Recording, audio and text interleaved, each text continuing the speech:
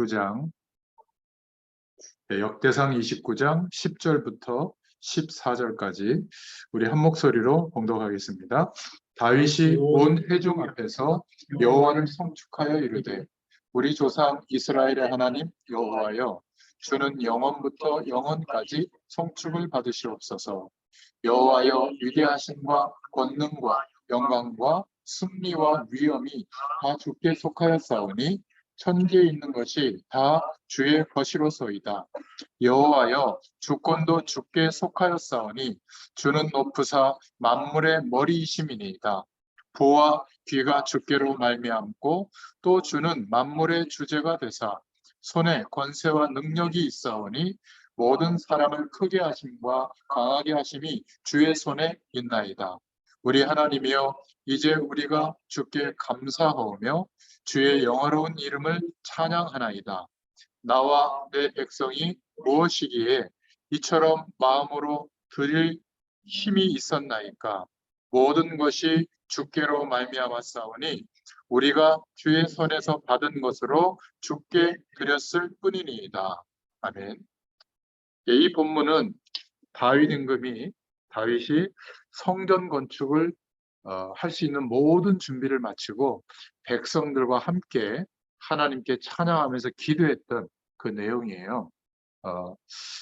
그래서 오늘 본문을 정했는데요. 이 역대기의 전체 주제, 특히 역대상 말씀의 주제는 하나님의 시대적인 소원을 아는 지도자, 이 한 사람이 세워졌을 때 하나님이 어떻게 역사하시는지를 보여주고 있습니다. 제가 톡에다가 두 개의 교재를 올려드렸는데, 하나는 개요 부분, 하나는 복음의 메시지를 올려드렸는데요. 역대기 개요를 먼저 보시면, 이 역대기는 상으로는 1장부터 29장까지, 그리고 역대기 하는 1장부터 36장까지 기록되어져 있습니다.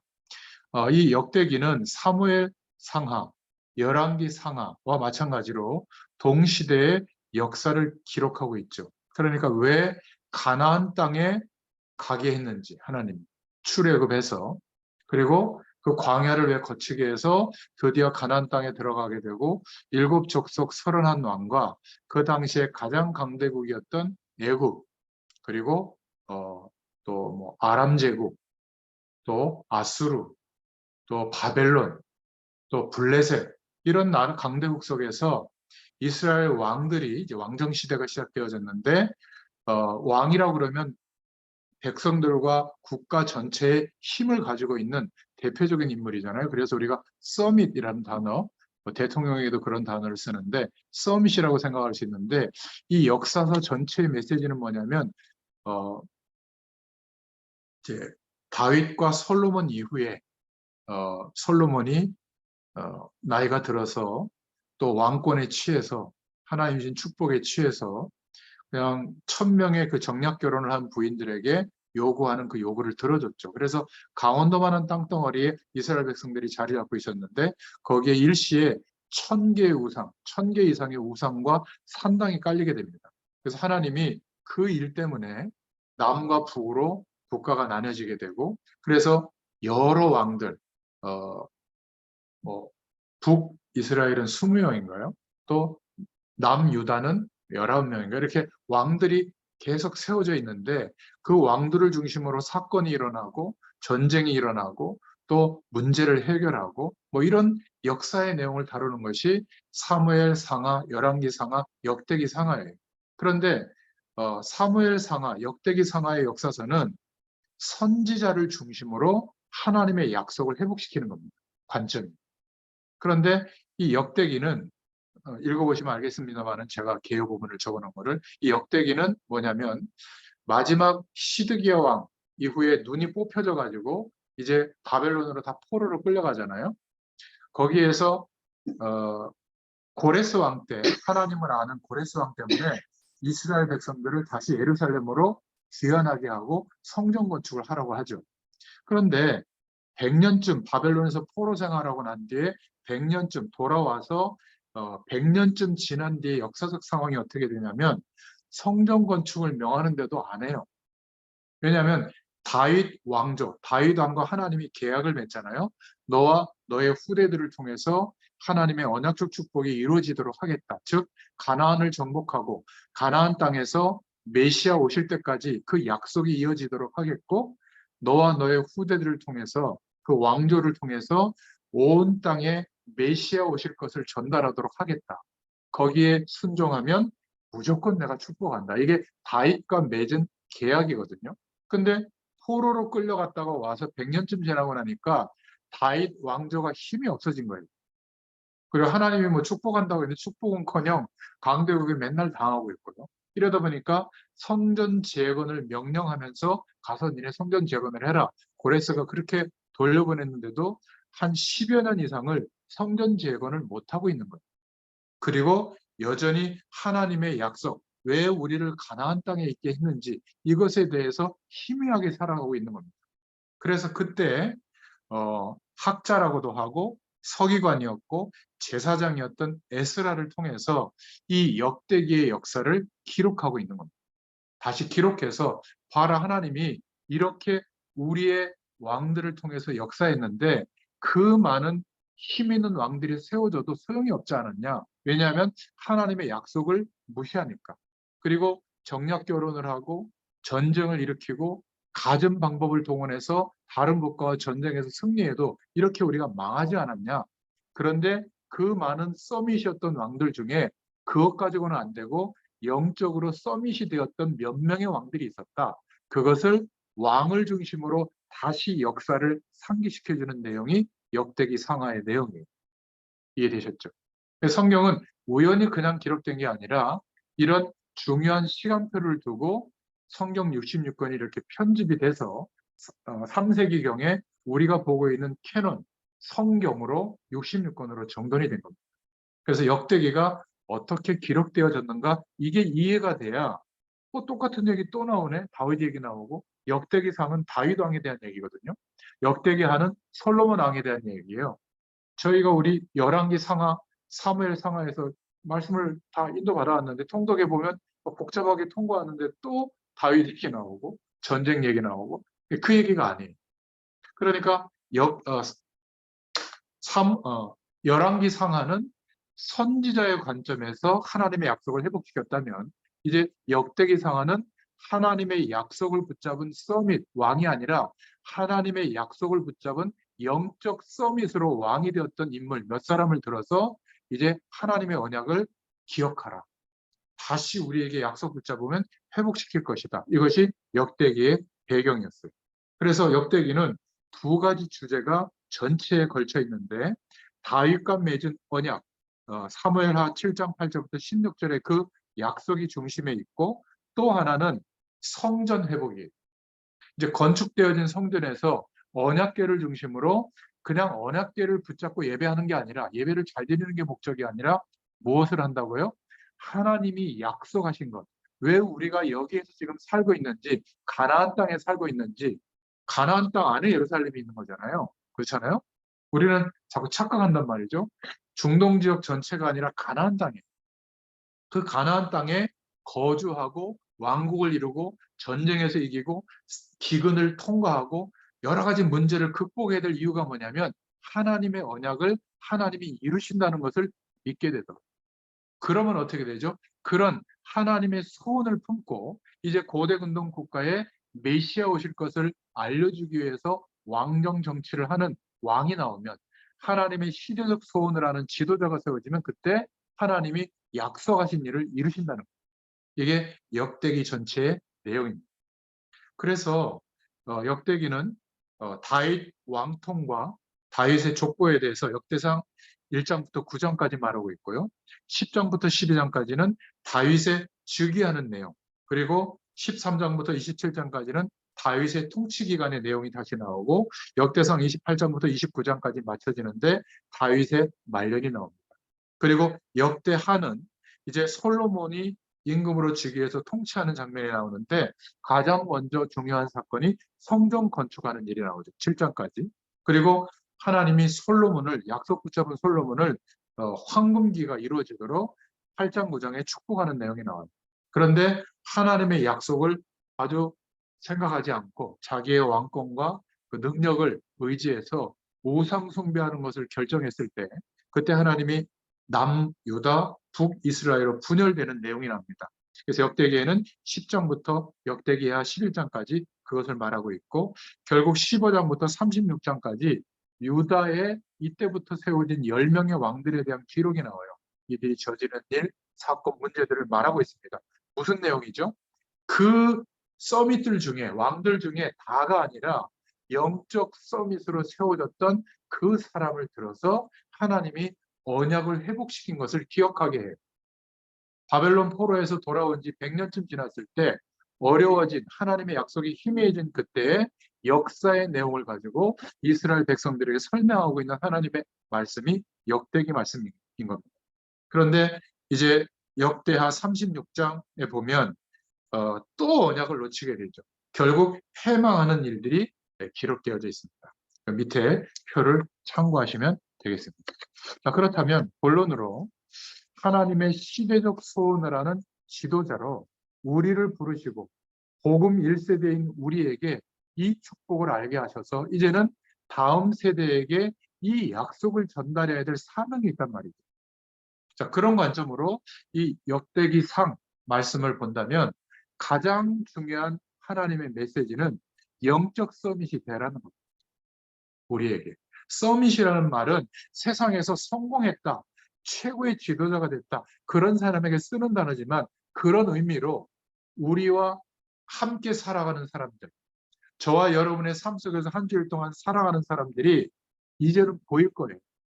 그래서 그들에게 하나님이 함께 하시는 이 우리의 시간 밖에서 역사하는 25시의 시간으로 역사하는 하늘 보좌의 능력, 시공간을 초월하시는 하나님의 능력, 또 우리가 생명으로 누릴 수 있는 하나님의 축복, 또 성령 하나님이 충만하게 역사하셨을 때 일어나는 일들, 이것이 우리에게 실제로 경험돼야 되거든요. 그러면 우리가 이 축복을 말해줄 수 있는 나와 관련된 사람들 이렇게 볼 때 유일한 사람이 아닐까? 이 눈이 띄어지게 되어 있습니다. 우리 어머니가 오늘 함께 예배를 드리고 있는데 어머니가 일평생 열심히 살아왔지만 한계 속에서 살아왔단 말이에요. 얼마나 힘들었겠습니까? 그런데 이제 예수 그리스도를 영접하고 하나님의 자녀가 되어졌기 때문에 이제 내가 누구이며 무엇을 위해서 어떻게 살아야 할지를 깨닫도록 하나님이 은혜를 주시는 거예요. 물론 문제도 있고 어려움도 있고 사건도 있지만 우리 인생도 똑같아요. 이스라엘 백성들이 가나안 땅에 정착하게 하시는 이유는 거기에 메시아가 오시니까, 예수님이 출생한 땅이기 때문에 거기에 정착하면서 성공적인 삶을 살도록 하는 것은 하나님의 약속이에요. 되어지게 돼 있어요. 대단한 집착하는 노력을 안 기울여도 우리도 똑같습니다. 예수 믿고 난 뒤에 우리의 인생은 땅 끝까지 이 복음이 증거되어지도록 하시는 하나님의 약속 속에 우리의 인생이 회복되어졌기 때문에 어떠한 사건과 일이 있어도 하나님이 함께하는 축복이 이루어져요. 이걸 먼저 믿어야 돼요. 믿고 싶은데 안 되죠. 그래서 서론이 중요해요. 영적인 서밋으로 어떻게 가느냐. 제일 먼저 복음 서밋이 되어야 될 줄로 믿습니다. 좀 설명하자면 하나님께서 약속하신 그 약속이 예수님이 오시기 전에 약속이 구약이고 예수님과 더불어 시작된 약속이 신약이라면 그 하나님의 약속이 바로 복음인데 예수님이 죽으시고 부활하신 그 일, 이 복음의 내용에 대해서 내가 삶을 살아가는 내 삶의 영역 안에 있는 사람들 중에서는 가장 복음의 내용을 알고 그 복음이 내 삶 속에 체험되어지는 것이 복음 서밋이에요. 자, 예를 든다면 건강은 누가 주시죠? 책임져 주시죠? 저는 하나님이 책임진다고 믿고 있거든요. 이 생각이 건강식품에 대한 생각이나 운동에 대한 생각이나 예방의학에 대한 생각이나 뭐 특별한 어떤 몸에 좋다고 하는 막 그런 것들, 이것보다 하나님이 나의 건강을 책임져 주신다고 제가 믿고 있어요. 더. 그래서 때로는 운동을 할 때도 있고 때로는 몸을 관리하는 지식을 좀 참고해서 관리할 때도 있지만 거의 제가 못합니다. 보통 사람들보다. 그래서 하나님이 내 건강을 책임진다고 믿고 있기 때문에 조금 운동을 하면 막 확 회복되고요. 그런데 전혀 이런 건강하는 상식에 맞지 않게 내가 살 때도 있잖아요. 그래도 비교적 보통 사람들이 노력하는 사람보다 건강을 위해서 비교적 괜찮은 건강을 하나님이 주세요. 요걸 보고 복음 서밋이라고 합니다. 건강에 대해서. 여러분들 자녀들을 다 키우고 살아가고 있잖아요. 저는 하나님이 주신 자녀라고 생각하고 우리 자녀가 예수님을 영접했거든요. 그러면 나의 자녀들이 열심히 살고 내가 열심히 도와서 훌륭한 사람이 되는 게 목적이 아니라 하나님이 저의 자녀들을 책임지고 인도한다는 게 저는 믿어져요. 그러니까 어떻게 되겠어요? 열심히 해라라고 말하지 않아요. 제가 열심히 한 적이 없는데 아까도 얘기했지만 오전에도 얘기했지만 저는 중학교 때 모든 시험 전 과목을 1번으로 다 찍고요. 그 다음 시험에 2번으로 다 찍고 그 다음 시험에 3번으로 찍고 그 다음 시험에 4번으로 찍어본 사람 끝에서 몇 명 안 나오는데 나보다 못한 사람도 있더라고요. 한마디로 다 포기하고 살았어요. 청소년. 왜? 진리를 모르겠더라고요. 인생에 답이 없는데 어떻게 공부를 열심히 합니까? 여러분 공부 열심히 한 사람은 왜 하는 줄 아세요?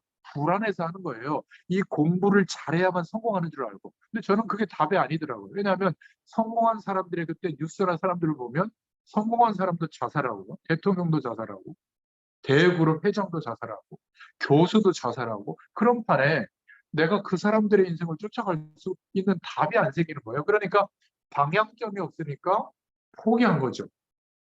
길거리 가다 누가 나한테 어른들이 잔소리하고 막 싸웠다니까. 여러분 조심하셔야 됩니다. 그런 애들이 많아요.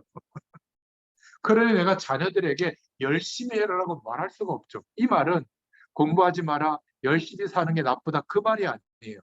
하나님이 나의 자녀들을 책임져 주시는 게 안 믿어져서 그게 약간 불안해서 공부를 강조하고 노력을 강조하고 성실을 강조할 때 그거는 문제가 됩니다. 여러분 이 말을 이해하시겠어요? 이게 복음 서밋이 된 사람의 생각이에요. 여러분 직장에서 일하고 일터에서 일하고 산업 현장에서 일하는 게 열심히 해야 되잖아요. 그런데 그렇게 열심히 일해서 수익이 높아지지 않으면 내 삶에 문제가 올 것 같아서 일하면 그게 어려움이 돼요. 재앙이 됩니다. 하나님의 자녀는 그래요. 하나님의 자녀는 일용할 양식, 내가 하루를 살고 하나님이 부르시는 날까지 살아가는 나의 오늘이 합쳐져서 인생이 되는 거잖아요. 하나님이 책임진다고 했잖아요. 주기도문 할 때마다 외우잖아요. 약속하신 대로 일용할 양식을 주옵시고. 그렇다면 먹고 살기 위해서 일하는 그 생각을 갖는 순간에 먹고 사는 일이 어려움이 돼요. 재앙이 됩니다. 하나님의 자녀는 그래요. 복음 서밋이 뭐냐면 나의 경제 활동 때문에 내가 행복해지는 것이 아니라 나의 경제 활동을 하나님이 축복하실 것이다. 왜죠?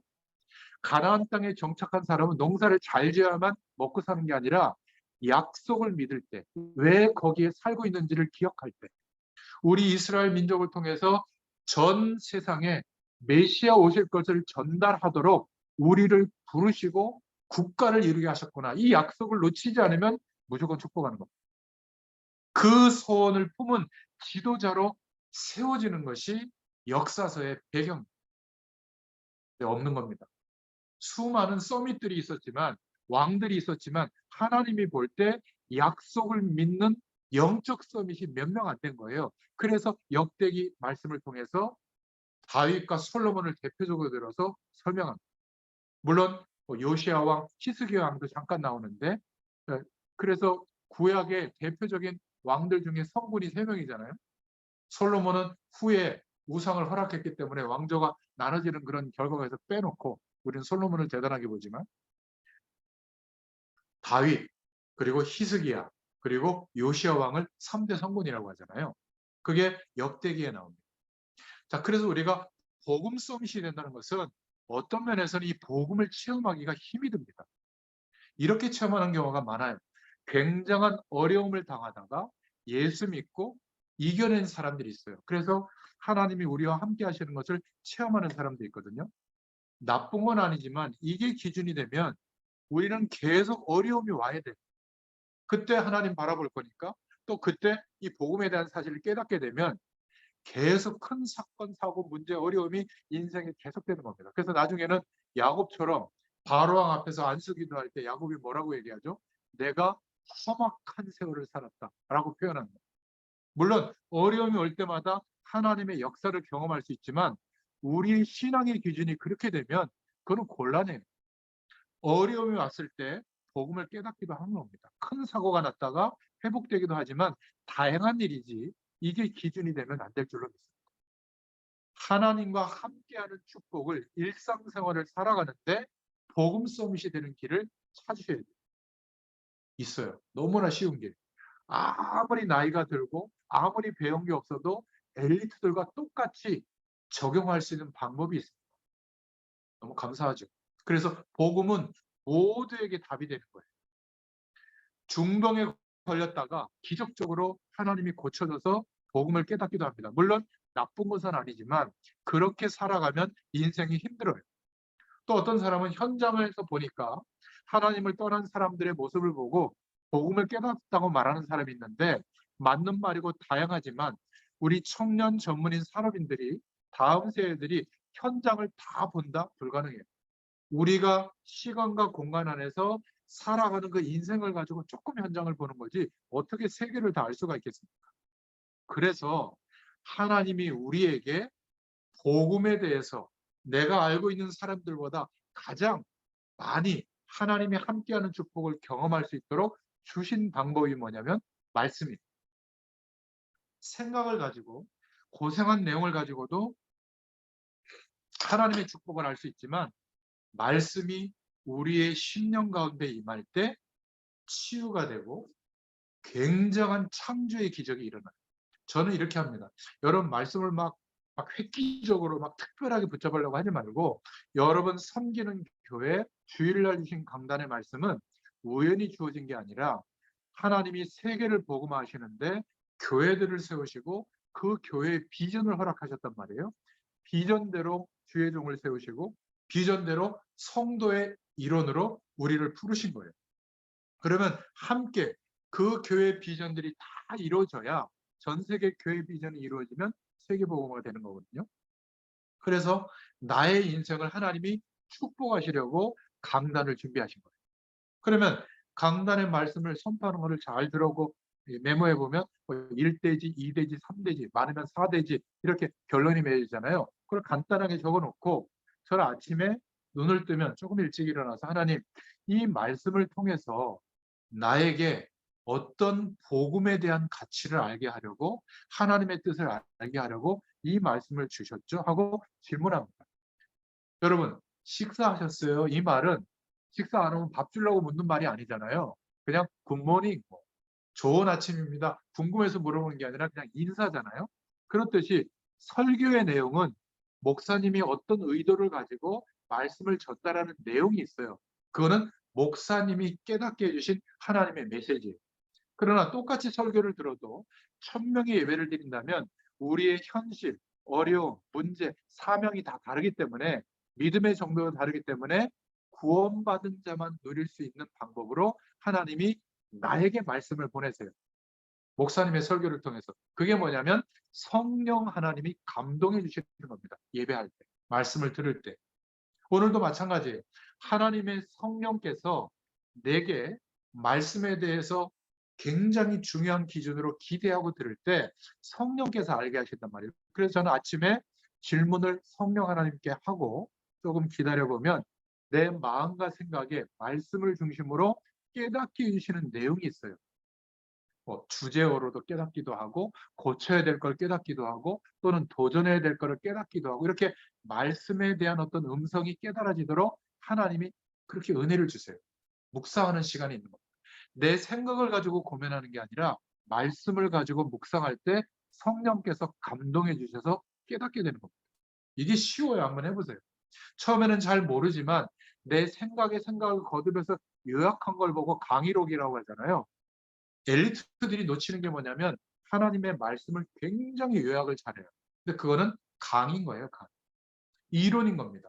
내게 살아 역사하는 말씀이 되려면 성령의 음성을 들을 수 있어야 되는데 구원받은 자에게는 이런 영적인 일이 일어나요. 말씀을 두고 생각하고 하나님 바라보고. 그래서 저는 예전에는 이 생각을 두고 또 적어놓고 단어를 적어놓고 또 생각하고 기도해보고 생각하고 기도해보다가 깨닫게 해주시는 내용들을 문장으로 적었는데 그때는 좀 시간이 많이 걸렸거든요. 요즘은 한 20분 안에 이걸 마칩니다. 어떻게 그게 가능하냐면 그 주제를 가지고 요즘 핸드폰에다 성경 어플리케이션이 깔려 있잖아요. 그거를 그 주제를 검색창에다 딱 놓고 성경 어플리케이션에 검색창에 놓고 돌리면 검색하면 창세기부터 요한계시록까지 그 주제에 관련된 성경 구절이 다 뜹니다. 그러면 그거를 쭉 읽어보다가 몇 개의 제 심령에 부딪히게 하시는 성경 구절 말씀을 딱 붙잡고 주일 강단의 말씀을 생각하면서 오늘 하나님의 음성을 들었던 그 주제에 대해서 고치거나 도전할 거에 대해서 또 생각을 하고 기도하는 시간을 가져요. 그때 내용을 지나가 버리니까 잊어버리니까 글로써 남기는 겁니다. 처음에는 메모를 했다가 문장으로 적어보니까 또 생각하게 된단 말이에요. 그래야 완성된 한 가지 문장으로 딱 정리가 되면 오늘 삶을 살면서도 생각할 수 있는 내게 주시는 하나님의 말씀이 붙잡아지더라고요. 그것을 처음에는 한 문장으로 제가 올려봤는데 저는 알죠. 그게 어떤 의미니까. 함축되다 보니까 상대방에게는 의미가 잘 전달이 안 되는 것 같아서 조금 늘어뜨려서 세 문장으로 정돈한 글을 쓰기 시작한 거예요. 그거를 아침에 말씀 묵상한 내용을 올린 겁니다. 여러분 카톡방에 올린 걸 보시잖아요. 이걸 보기만 하지 마시고 여러분도 한 문장 정도 한번 올려보세요. 우리 박성준 집사님이 주일 강단의 말씀을 붙잡고 이렇게 기도문처럼 올리시는 게 있더라고요. 그 가족들 방에 올리시는데 이 방에도 좀 올려주시기 바랍니다. 이 너무 오래되신 분들이 못하고 있는데 좀 도전을 주시면 좋겠어요. 이거를 해보면 하는 게 중요한 게 아니라 어떤 증상이 생기냐면 막 상대적으로 열등감 느끼고 불안하고 힘들고 짜증나고 막 화나고 막 상처받고 막 뭔가에 막 집착해가지고 막 이게 아니면 안 된다고 생각했던 내 심령이 어느 날 관계없게 되고 스트레스도 이제 없게 되고 내가 인격이 그렇게 훌륭해진 게 아닌데 말씀만 조금 생각하고 하나님의 음성을 듣고 막 그거를 막 성경을 막 쓰고 그러지 않습니다. 잠깐 아침에 이 시간을 갖는데 어떨 때 제가 바쁠 때는 막 늦게 일어났을 때는 그냥 세수하면서 그런 시간 갖고 또 문장으로 정리 못한 것은 오후에 올리기도 하고 그날 또 빠지기도 하는데 그래도 돼요. 신기한 거는요. 여러분들이 복음을 말하고 있는 성경 구절 30개만 여러분들이 삶 속에서 확인되어져 있다면 제가 약속합니다. 하나님의 기적이 일어나요. 말씀이 우리에게 각인되면 그 말씀이 잊혀지지가 않아요. 여러분 주일 강단의 말씀이 지금 잊혀진 사람은 말씀이 내 심령에 각인이 안 된 겁니다. 뭐가 더 각인돼 있죠? 돈 많이 벌어야 돼. 성공해야 돼. 우리 자녀 잘 돼야 돼. 행복하려면 이래야 돼. 여성은 아름다워야 돼. 피부가 하얘야 돼. 이래야 돼. 남자들은 막 근육이 있어야 되고 사회적으로 성공해야 돼. 무조건 성공하려면 네트워크를 잘 관리해야 돼. 이런 것들이 더 중요한 거예요. 뭐보다요? 말씀보다. 그러니까 말씀이 기억이 안 나는 거예요. 오늘 나를 인도하시는 하나님의 편지가 없는 거예요. 그냥 내 생각으로 열심히 사는 거죠. 그럼 어떻게 될까요?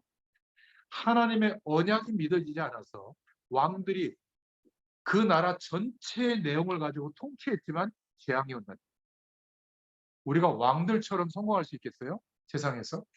그걸 꿈꾸잖아요. 그때가 되면 하나님의 일을 감당하고 그때가 되면 선교하리라. 하나님이 모자란 분이 아닙니다. 하나님이 약속하신 일은 하나님이 이루신다는 게 믿어져야 돼요. 그래야 스트레스가 없어집니다. 나는 삶을 살아갈 뿐이에요. 돌팔매 던지는 기능밖에 없다면 그 기능으로도 세계를 바꾸는 일을 하나님은 시작할 능력이 있어요. 우리는 자꾸 세상에서 각인된 걸 가지고 하나님을 도우려고 하거든요. 그런 스트레스 안 받으셔도 됩니다. 지금처럼 사셔도 세계보험할 수 있어요. 어떻게 되면 하나님의 말씀이 내게 이루어집니다. 하나님의 보좌의 축복이 내게 나타나면 이 작은 나의 인생 안에도 오늘을 살았던 삶 안에도 세계복음할 만한 하나님의 일이 있는 거예요. 이 눈이 열려져야 될 줄로 믿습니다. 그래서 안타깝게도 하나님의 말씀이 맞구나. 하나님의 음성을 듣고 하나님이 역사하시는 축복을 경험하는 이 삶이 매일매일 포개져야 되는데 이거 말고는 돈, 성공, 건강, 사회적 위치, 또 내 어떤 밸류가 높아지는 거 이런 거에만 집착하다 보니까 30년, 50년 쏟아붓고 살아서 얻었는데 망가져요. 여러분 사업 해보셨죠? 자영업 해볼 때 사업이 언제 망가지죠? 잘 될 때가 망가지잖아요. 확장하다가. 옛날 그 노포들 가보면 막 맛집들 가보면 막 잘 되거든요. 옆에 빌딩 지으면 그때부터 손님 떨어지고 희한하죠. 그때부터 놀러 다녀요. 주인 아들 뭐. 주인 아들이 이어받아가지고 2대 3대가 열심히 해야 되는데 그냥 일하는 사람 맡겨놓고 자기 놀러 다닙니다. 골프 치고 해외 다니고 바람 피고 이러니까 다 망해요. 3대를 못 가요. 잘 된다라고 하는 게 중요한 게 아니라 하나님의 언약이 믿어져서 그 약속하신 일을 우리를 통해서 이루시려고 나를 복음 속에 부르셨구나. 이게 믿어져서 열심히 돼야 돼. 믿어져서 그 약속을 이루는 성실이 나와야 그것이 하나님의 역사와 만나게 되는 거거든요. 그렇지 않고 감나무 밑에서 입 딱 벌리고 감 떨어지는 게 응답이 아닌 겁니다. 그거는 불교 이론과 같은 거예요. 세속, 속세와 담을 쌓고 무조건 말씀만 붙잡고 있으면 하나님이 다 역사한다. 이게 신비주의인 겁니다. 성경은 그것을 응답으로 말하고 있지 않아요. 하나님이 지금도 역사하고 계시는 이 놀라운 은혜가 아주 간단한 방법, 말씀 붙잡는. 조금 더 편하게 얘기하자면 예배드리는. 근데 여러분들이 예배당에 가서 목사님을 통해서 설교는 듣지만 그 설교를 통해서 하나님이 성령으로 나에게 말씀하시는 음성은 못 듣잖아요. 그러니까 인생에 세상살이만 하고 있는 거예요. 세상살이를 위한 말씀만 붙잡았던 거예요. 잠깐의 은혜도 있지만 여전히 고달픈 겁니다. 하나님의 말씀을 묵상해 보세요. 말씀이 우리 안에 맞다라고 각인되는 그 시간이 포개지고 포개져서 어느 날 하나님의 창조의 기적이 일어나면 헛헛함이 다 사라지고요. 감사하는 사람, 감격하는 사람으로 바뀌어져요. 현실은 별로 나아지는 게 없는데 먼저 영적으로 서밋이 되는 겁니다. 시공간을 초월하시는 하나님의 능력을 누리는 사람으로 바뀌어지게 돼요. 안타깝게도 하나님의 사람들이 이걸 놓치고 있는 겁니다.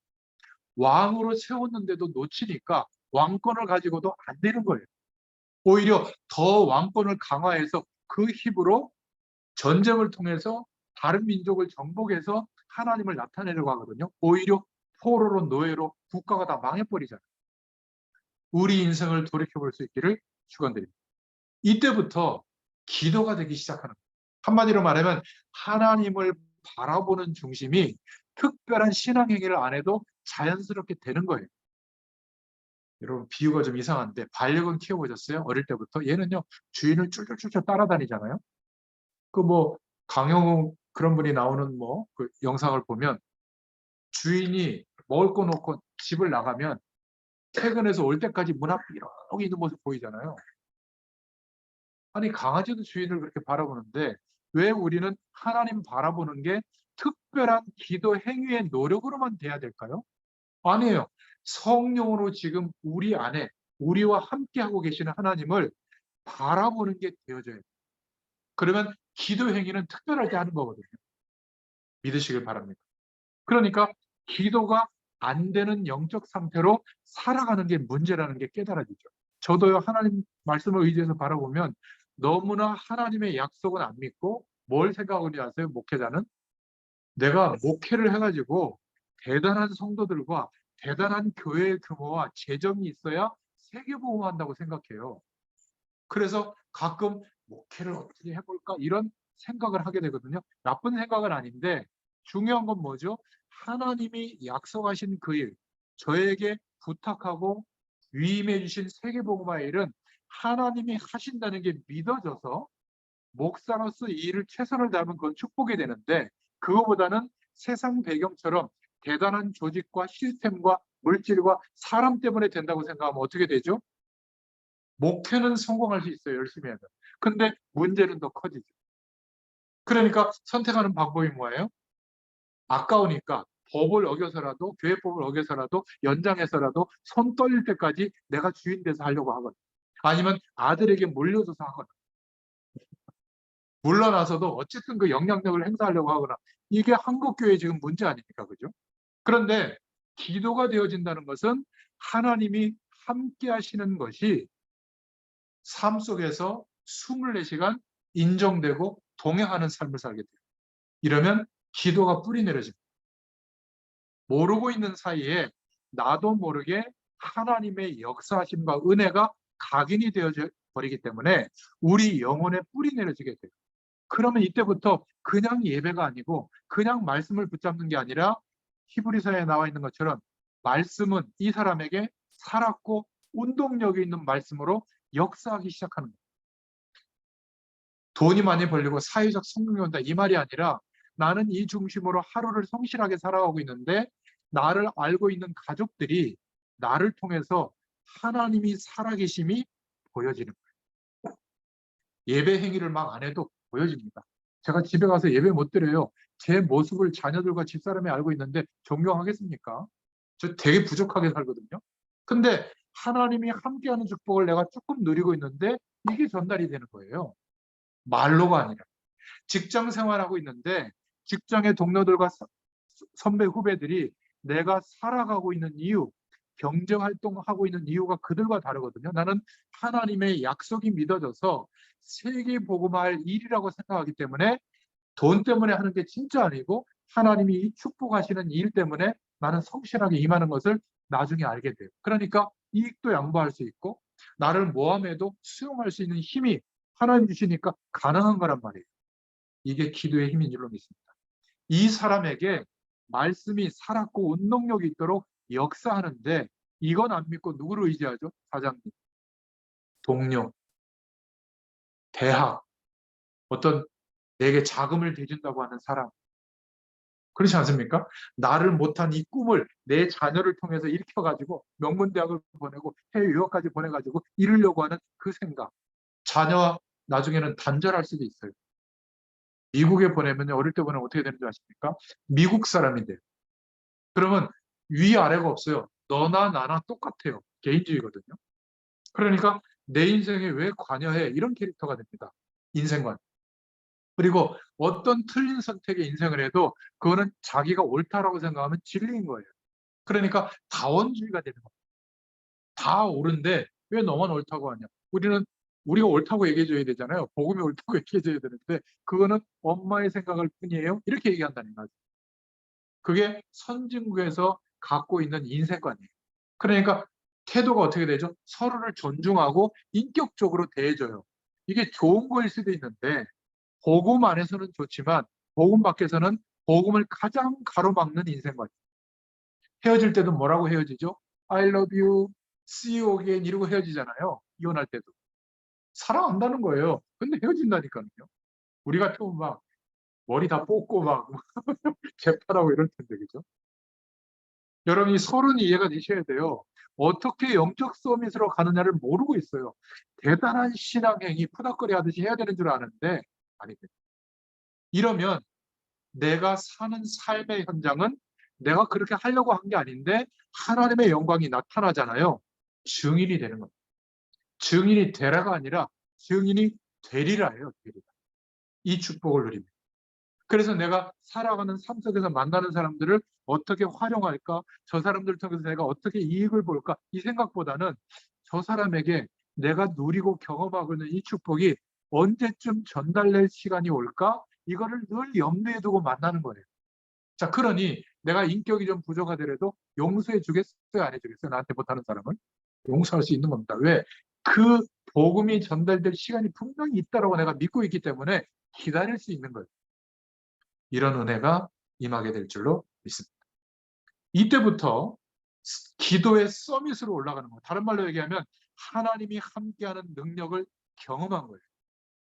다윗이 남들은 다 전쟁터에 나가서 청년들이 공을 세워서 관직에 등용되기 위해서 나갔는데 제비뽑기에서 밀렸던지 마을의 양들을 대표적으로 맡아서 성공의 길이 있던 게 아니라 버려진 상태로 광야에서 초원에서 양 먹이고 있었던 겁니다.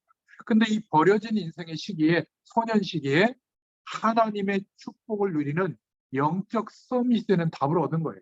찬양의 비밀과 말씀을 묵상하는 이 비밀을 그때 깨닫게 된 겁니다. 여러 왕들이 있었지만 왕이 되어서 이미 소년 시절에 영적 서밋을 누리고 있을 때 목동의 자리에 있을 때 하나님이 선지자를 보내가지고 사무엘을 보내서 왕이 될 것과 기름을 부었죠. 기름 부었다는 것은 하나님의 신 성령이 임하는 축복을 허락한 겁니다.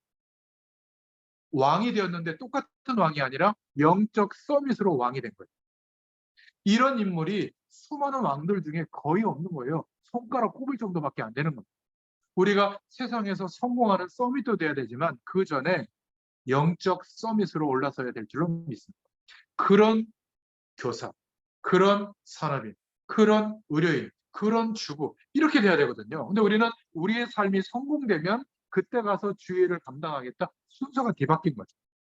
그래서 이 축복 안에서 공부하고 이 축복을 누리면서 일할 때 내가 전에 열심히 막 집착할 정도로 몰두했을 때보다 비교가 안 되는 하나님의 축복이 나타나게 될 줄로 믿습니다.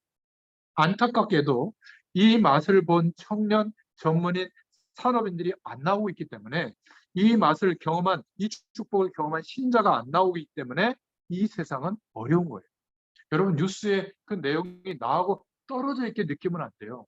트리키에라고 하죠. 터키 이름이 바뀌었는데 거기에 막 지진이 일어나가지고 뭐 원자력 발전소가 폭발했잖아요. 막 몇천 명이 또 죽었잖아요. 그게 우리가 이 축복을 전달 안 해주고 있기 때문에 일어나는 재앙이 막 들이닥치고 있는 거예요. 그렇게 느껴야지. 우리 자녀만 겪는, 우리 부모만 겪는, 우리 형제만 겪는 어려움을 안타까워하고 세계는 나몰라라 한다. 그것은 가나안 땅에 정착하게 하신 이유를 잃어버리는 거예요. 그래서 사사기와 역사서가 시작되기 전에 사무엘 사화가 시작되기 전에 룻기의 말씀을 우리에게 주셨잖아요. 우리가 기도 제목을 붙여봤잖아요. 이러면 하나님이 우리의 인생을 무엇 때문에 인도하시는지 그때 이제 눈을 뜨게 되는 겁니다. 이러면 우리의 하루가 그냥 하루가 아니라 이 약속이 이루어지는 하늘로 하나님이 허락하신 겁니다. 하루를. 그러니까 소중해지는 거죠. 어려움조차도 그 속에 하나님의 뜻이 있기 때문에 인도받기 시작하는 겁니다. 기도의 서밋이 되면 우리의 공부, 우리의 하는 일은 세상적으로도 서밋의 위치에 올라갈 줄로 믿습니다. 기능 서밋이 되죠. 그러면 세상에 나가서 경쟁하려고 하면 힘들어요. 그들은 뒤에서 술 사주고, 뭐 아가씨 붙여주고, 그리고 리베이트 돈 주고 이러고 오다를 따고 나름대로 승진의 발판을 막 이렇게 해가지고 하는데 우리는 그게 잘 안 되잖아요. 악한 방법을 선택하기가 어렵잖아요. 하시는 분도 많던데 그러면 망해요. 그들보다 뒤처지게 돼 있어요. 그래서 기도 서밋, 말씀과 기도와 전도의 축복을 누리는 이 삶으로 살아가게 되면 경쟁을 내가 포기해도 그들이 따라올 수 없는 하나님이 역사하는 축복이 우리의 일에도 나타나고 건강에도 나타나고 가정에도 나타나고 삶에도 나타나는 게 뭐죠? 영적 서밋인 겁니다. 현장에서도 서밋인 거죠. 요셉이 노력하지 않았는데 요셉을 본 주인 보디발이 뭐라고 얘기했죠? 형통케 하는 자구나. 네가 믿는 여호와께서 너와 함께 하시는구나. 그러면 주인도 요셉을 따라와야 되고 주인만이 아니죠. 그 나라의 왕 바로 왕도 따라와야 돼요. 흉년 들은 문제를 해결하는 이 약속을 요셉에게 주셨거든요. 그러니까 별다른 노력을 하지 않았지만 하나님이 그 나라 시대 전체를 요셉에게 위임했기 때문에 하나님이 요셉의 말을 듣도록 다른 나라도 따라와야 됩니다. 이걸 보고 영적 서밋이라고 합니다. 이 영적 서밋으로 세워진 왕이 없었다 그 말이에요. 그러니까 우리가 포로로 끌려갔다가 100년이 지났는데도 이렇게 헤매고 있지 않느냐. 에스라 선지자의 막 가슴 속에 담긴 한이 이 역대 상하에 나와 있는 겁니다. 그래서 다윗이 붙잡았던 이 영적인 축복을 누리는 그 규모를 회복하자. 이게 역대기의 메시지입니다. 왕은 나왔는데 이 말을 알아들은 사람이 다윗밖에 없었다. 조금 알아들은 사람이 히스기야고 조금 알아들은 사람이 요시야다. 그래서 이 왕 이후에는 또 문제가 오지 않았냐. 솔로몬은 처음에 조금 알아들었다가 못 알아들었다. 그래서 우리는 다윗 임금처럼 솔로몬이 알아들었을 때처럼 영적 서밋으로 서자. 이게 역대기의 메시지. 여러분 이해되시죠? 그러면 역대기를 통독할 때 이 음성을 계속 들으면서 이 중심으로 성경을 통독해 보세요. 안 그러면 하나님의 백성은 열심히 노력해도 약속이 믿어지지 않아서 평생 고생하게 됩니다. 성공하더라도 나중에 문제가 더 커지죠. 왕으로서 성공을 해요. 그 아합 왕 같은 경우에 성공하거든요. 정략 결혼하고 다른 강대국의 우상을 받아들이고 성공하는 것 같았지만 가장 악한 왕으로 취급이 되고 죽을 때 심각하게 죽잖아요. 여러분, 영적 서밋으로 못 간 왕들이 이렇게 많다. 역대기의 내용입니다. 자, 그렇다면 오늘 본론으로 복음 1세대, 먼저 받은 복음 세대들, 부모 세대들이 붙잡아야 할 역대기상 메시지는 간단하게 기도 제목을 붙잡을 수가 있습니다. 첫 번째로 역대상 10장 1절부터 14절에 사울 왕의 마지막을 역대상에 또 기록하고 있는 이유가 있겠죠. 다윗을 중심으로 정리한 역대기가 상이고요. 솔로몬 임금을 중심으로 정리한 것이 역대기 하입니다. 사울 왕은 하나님이 언약 백성으로 부르셔서 첫 번째 세운 왕이에요. 야곱이 12지파의 아들 중에 막내 아들 베냐민 지파를 가장 사랑했거든요. 그리고 축복 기도도 많이 해줬어요. 그 베냐민 지파의 인물 중에 뽑힌 사람이 사울 임금이었어요. 그런데 이 사울이 왕권이 회복됐다는 것은 하나님이 서밋으로 세웠잖아요. 어마어마한 힘을 줬는데 가나안 땅에 왜 정착하고 살고 있는지, 왜 이 가나안을 정복해야 되는지, 나에게는 왜 첫 번째 왕으로 세우셨는지, 왕정 국가가 이 가나안에서 시작되게 하셨는지 이걸 잊어버리고 조금 똘똘한 다윗이 눈에 띈 거예요.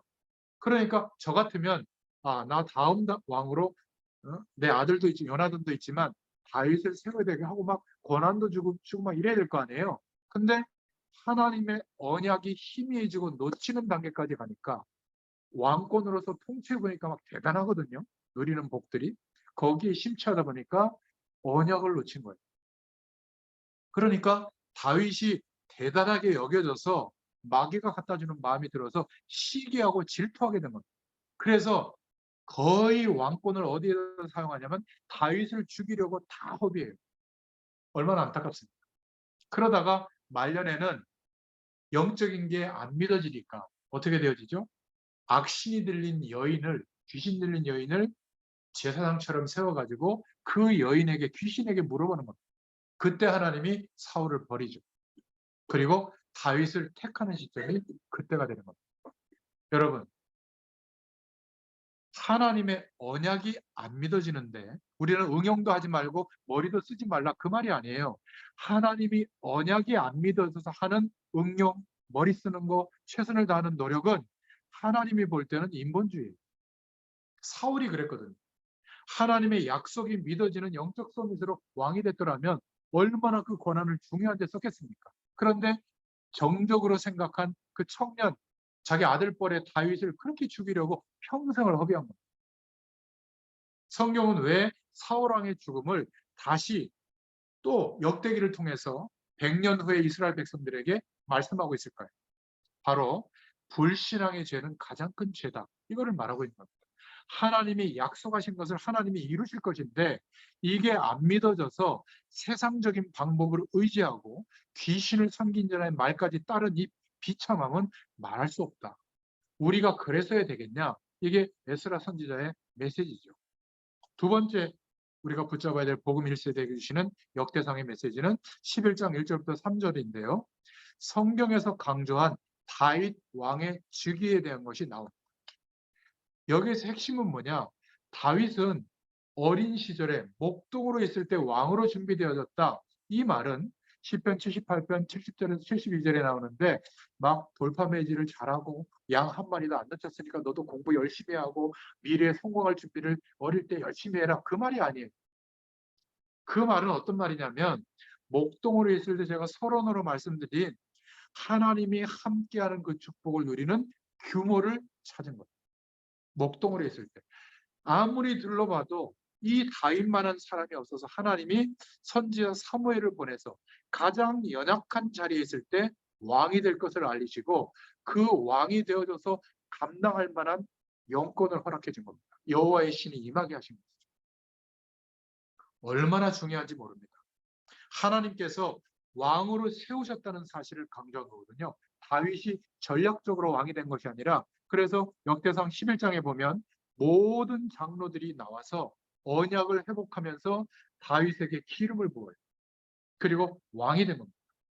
여러분 이렇게 하나님의 시대적 소원을 아는 자로 준비되어진 지도자가 우리 후대들, 다음 세대를 통해서 세워져야 될 줄로 믿습니다. 이걸 기도하세요. 세 번째 메시지는 역대상 13장 1절부터 14절을 통해서 언약궤의 중요성을 다시 강조하는 겁니다. 이 언약궤는 이스라엘 신앙생활의 중심이었죠. 왜죠?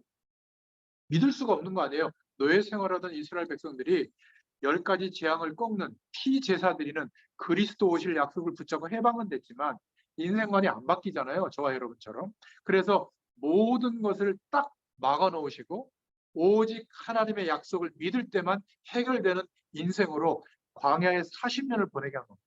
그래서 말씀대로 되는구나. 이것을 믿는 상징물로 언약궤를 준비하고 그 언약궤 속에 십계명 돌판, 그리고 말씀이 성취되는 상징인 아론의 쌍난 지팡이.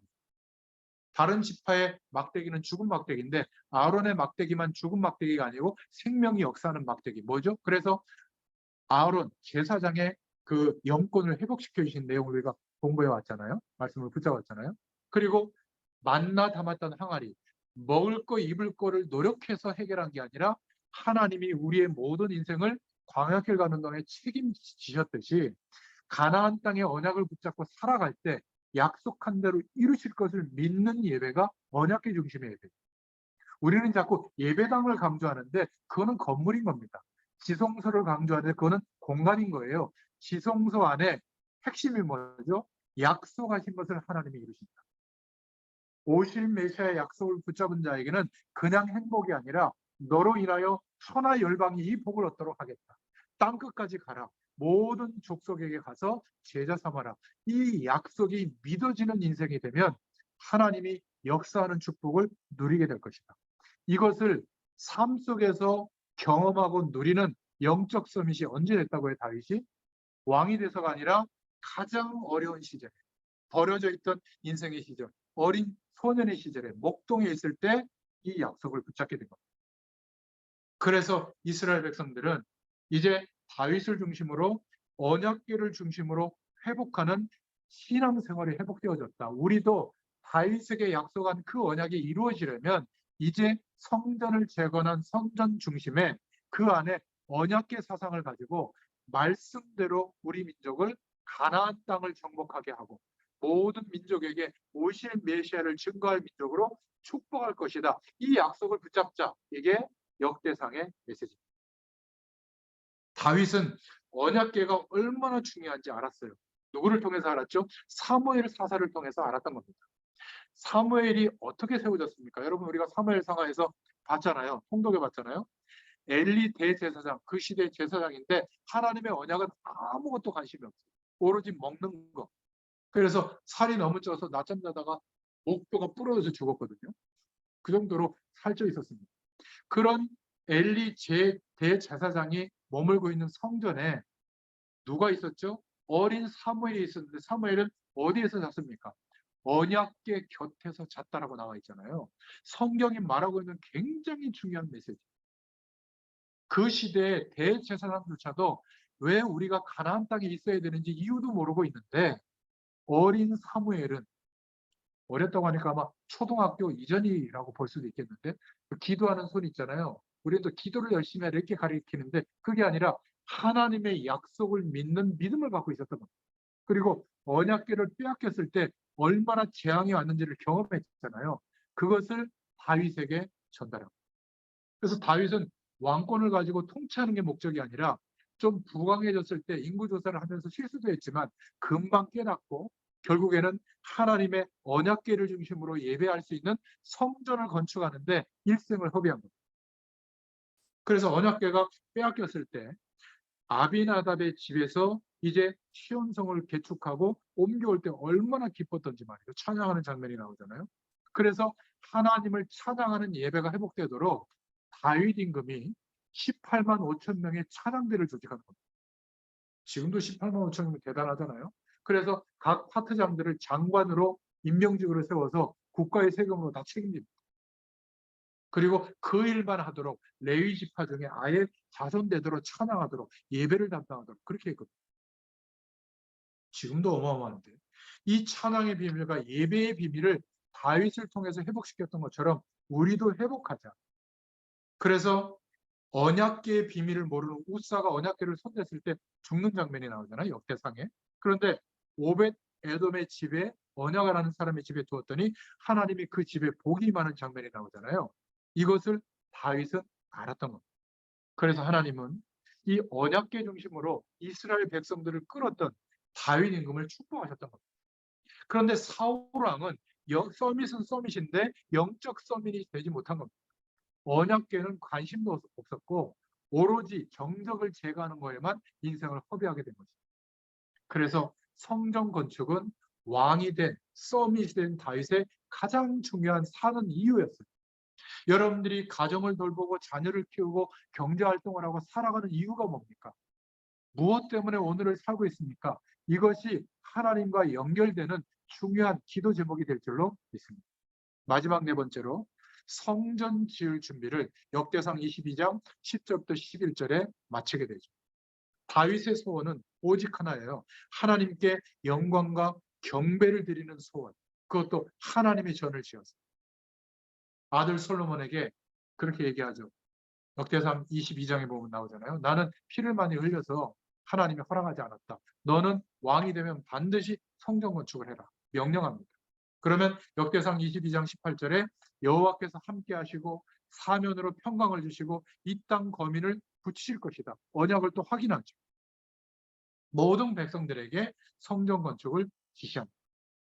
그리고는 성전 건축에 쓸 모든 예물을 준비하고 성심으로 그 준비를 마치게 되죠. 그리고 나서 온 백성들 앞에서 함께 하나님께 영광 돌리는 고백이 오늘 읽었던 역대상 29장 10절부터 14절의 말씀입니다. 근데 여기서 뭐라고 고백하죠?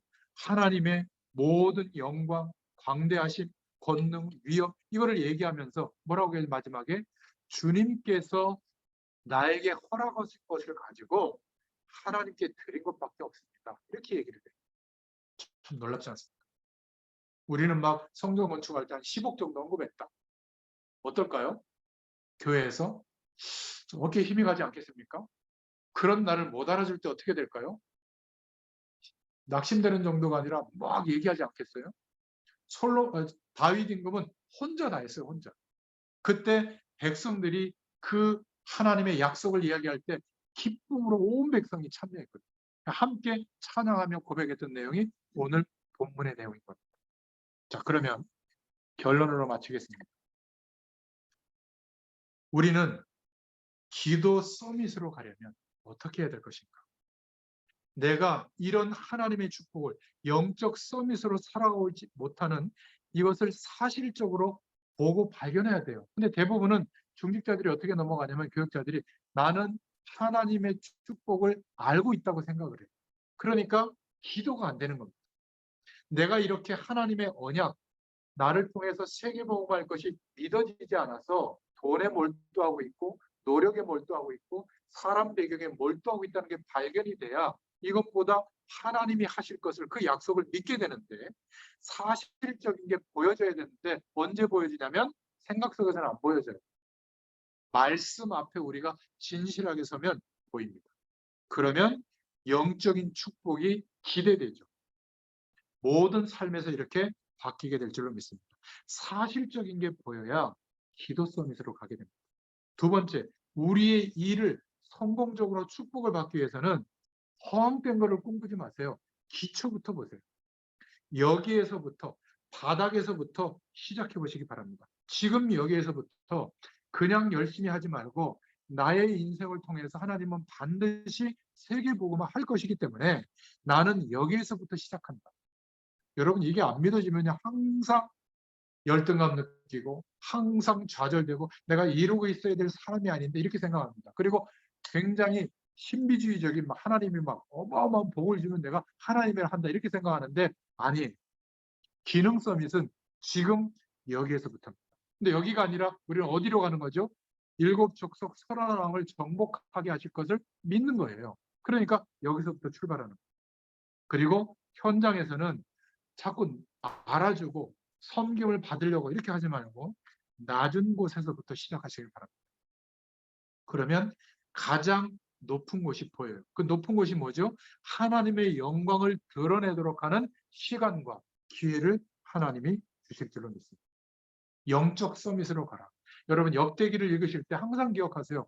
영적 서밋으로 우리를 하나님이 우리의 과거와 현재와 미래를 다 활용하셔서 그 규모가 세워지도록 인도해 주시는 줄로 믿습니다. 다윗을 보면서 우리가 붙잡을 두 번째 결론, 우리는 무엇을 위해서 살고 있는가?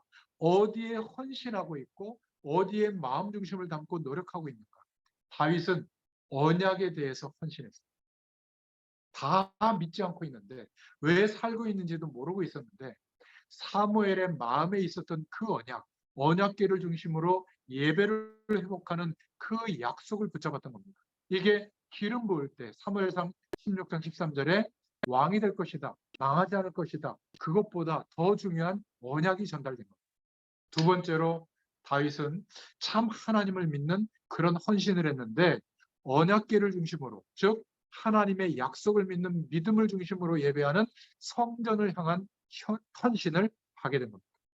그리고는 그 모든 노력을 기울이고 나서도 나는 한 게 없다, 주님이 주신 것으로 했다, 이렇게 고백한 것을 보게 됩니다. 이 은혜가 저와 여러분에게도 있기를 축원드립니다. 그리고 전 세계에 여호와를 증거한 선교에 대한 헌신을 하게 됐습니다. 사무엘상 17장 46절에 이렇게 고백하고 있죠. 다윗이 온 땅으로 이스라엘에 하나님이 계신 줄 알게 하옵소서. 다윗은 선교 사상을 갖고 있었어요. 그래서 하나님의 은혜를 감사합니다 하고 끝난 게 아니라 그것을 기록으로 남긴 겁니다. 시편에 들어와 있죠. 75편 이상입니다. 여러분이 과연 전도와 선교에 관심이 있다면 하나님이 나에게 은혜를 주신 내용을 영상으로도 좀 남기시고, 미리 유언장 같이 영상으로 좀 남기세요. 녹화해가지고 아들아 기억해라, 딸들아 기억해라, 엄마는 이런 중심으로 인생을 살고 있다. 너희들이 아직은 모르지만 너희들도 이런 축복으로 하나님이 약속할 거다. 남기세요. 핸드폰 기능 좋은 거 사면 뭐합니까? 그죠? 또 글로도 남겨보세요. 하나님 주신 은혜를 글솜씨 좋아야 되는 게 아닙니다. 가장 사람의 마음을 움직이는 글은 어떤 글이죠? 진짜 경험한 글. 그런 게 마음을 움직이잖아요. 여러분들이 하나님의 은혜 없나요? 저는 매일 기록하다 보니까 1000편도 넘게 기록했어요. 10년 넘게. 여러분 기록해 보시기 바랍니다. 이게 영적인 작품이 되는 겁니다. 그죠? 왜 해야죠? 이것을 전달해 보세요. 저는 나중에 말씀 묵상을 통해서 깨닫게 하신 내용을 책으로 만들어서 전도 자료를 제가 줄 거예요. 불신 현장에. 그것도 성공한 사람들에게. 그게 뭐죠? 그게 바로 누가복음이었고 사도행전이었어요. 엘리트였던 그 시대의 의사 누가가 사도로 세워졌는데 자기가 주치의로 있었던 총독, 그 나라를 로마에서 파견하고 다스리는 총독 데오빌로에게 서론의 편지가 누가복음이었고 그 본론의 편지가 사도행전이었단 말이에요. 이게 작품으로 남겨놓은 것이 성경으로 들어오게 됩니다. 다윗도 선교에 대한 생각이 없었으면 그냥 하나님 은혜 감사합니다 하고 끝났겠죠. 시편은 전부 노래 가사거든요. 찬양의 고백들입니다. 여러분에게도 이런 은혜가 있기를 축원드립니다. 그래서 나를 살리는 헌신이 될 줄로 믿습니다. 창세기 6장 14절에 너를 위하여 방주를 만들어. 너를 위하여.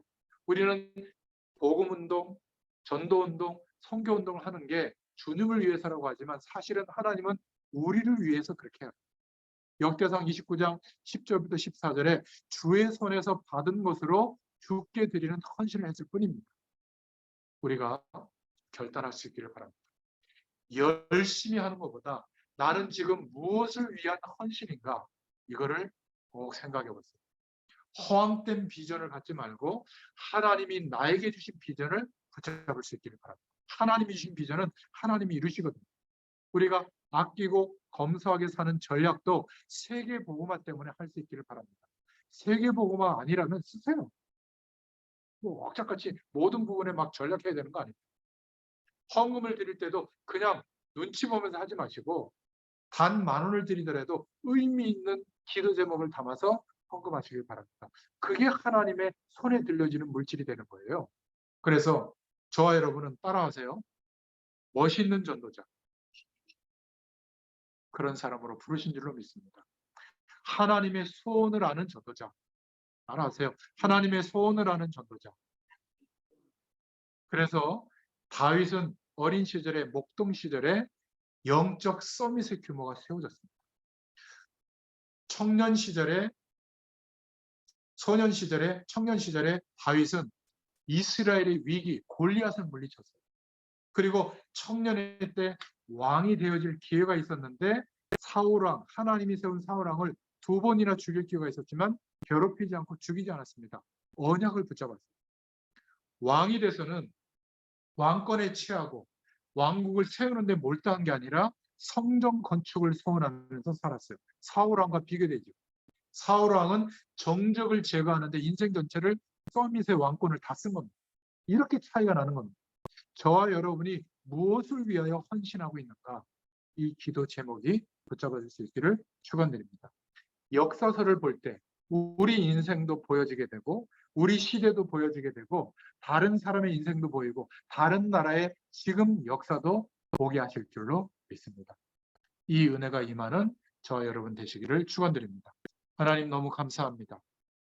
하나님의 언약 백성 삼으시고 그리스도로 말미암아 하나님의 놀라운 축복을 깨닫게 하시고 풍성한 은혜와 힘과 능력으로 역사하시는 하늘 보좌의 축복을 누릴 수 있도록 우리로 하여금 모든 것을 단절시키고 하나님을 바라보도록 하는 중요한 시간들을 우리 인생에 몇 번 허락해 주실 때 하나님의 은혜 받을 만한 데요, 영적인 서밋으로 올라설 수 있는 기회가 온 줄로 믿습니다.